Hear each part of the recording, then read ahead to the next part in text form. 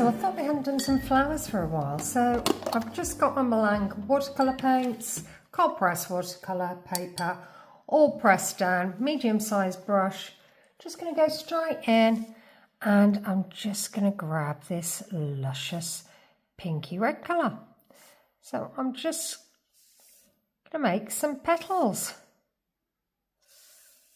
Just bring that around there. You can turn your board, if you've got it on a board, it makes it a lot easier, because then you can just turn it round as you move your page.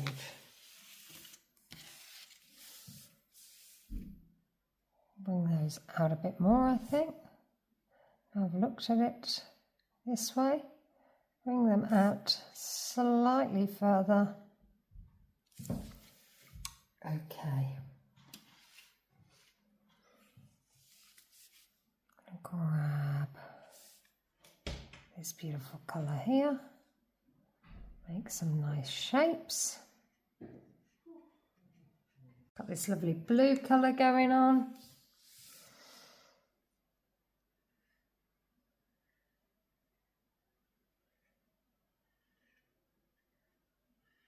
Get that on the page. A bit of red, I thought. It's a very similar colour to what we've already got. I think I'm going to go in for the purple.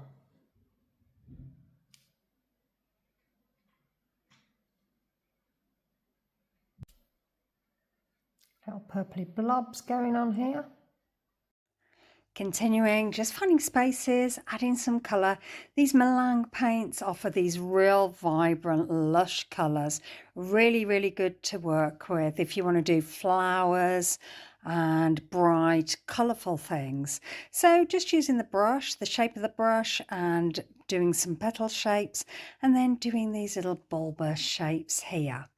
So I went for a walk the other day into the park, and I just thought to myself, well, just have a little look around and see what you can see, and see whether I can get any inspiration. I did see some seed heads that are very much like the oval shapes, and I thought, well, I could utilize that, and then, you know, obviously some leaves, etc. Sometimes it can be a little bit difficult finding some inspiration or finding something new to do. Can be a little bit difficult, you know, you get stuck into a rut. That's what I find sometimes, and I think, oh, I'm doing the same thing over and over again. What else can I do? And sometimes it's good to get out and about and see whether you can take inspiration from nature or inspiration from buildings, you know, just trying to get a feel and to freshen your mind up, really. So I'm just going to complete all of these lovely leaves on here, and just adding the stems coming down there. You can see just from those little, well, they were little seed heads. They look a little bit more like flowers how I've done them, but that's okay. And then I'm just going to connect all of these flowers with their lovely stems and just bring them down the page. So I've got a selection of gel pens, some lovely colour pens, and I thought it'd be nice to just outline some of these. Just want to doodle on them, really. So I'm outlining and then adding some marks on top. And I really like using gel pens. They're really nice to use, really easy, and just add a little bit of dimension onto the painting. Could use Posca pens. They are very similar, but they usually are a little bit thicker than these gel pens. But Posca pens do give a lovely, vibrant look to your page. But today I wanted a finer line, so I decided to get my gel pens out and give those a go.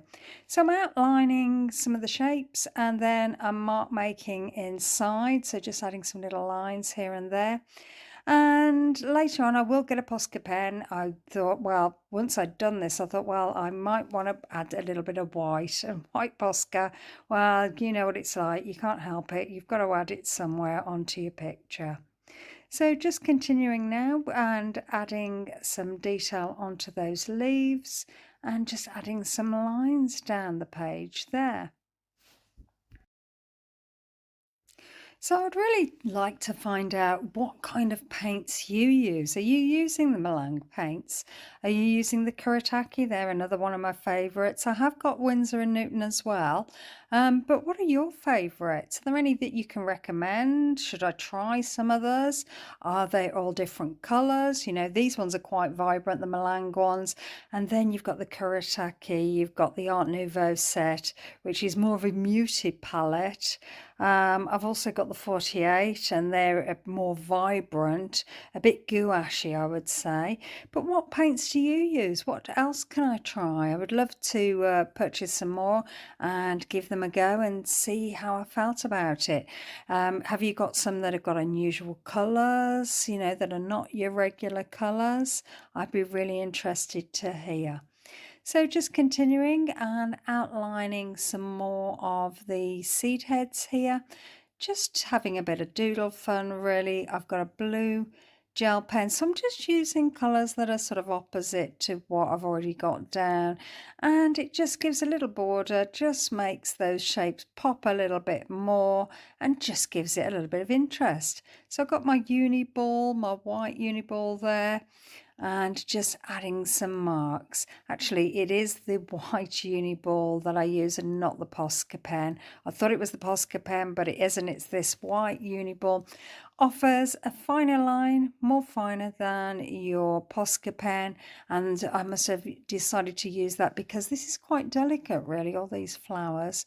More delicate than some of the more abstract-y paintings that we do together.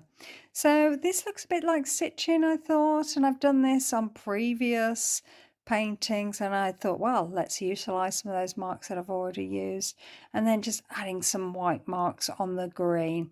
Usually if you stand away from your painting, have a little squint, you can see where you're missing. You know, some places are really vibrant, some places are a little bit duller, so you just got to switch it up and change your pens around, and then you usually get a good balance on your painting, and that's what you're looking for. You don't want areas that are looking a little bit different to the other.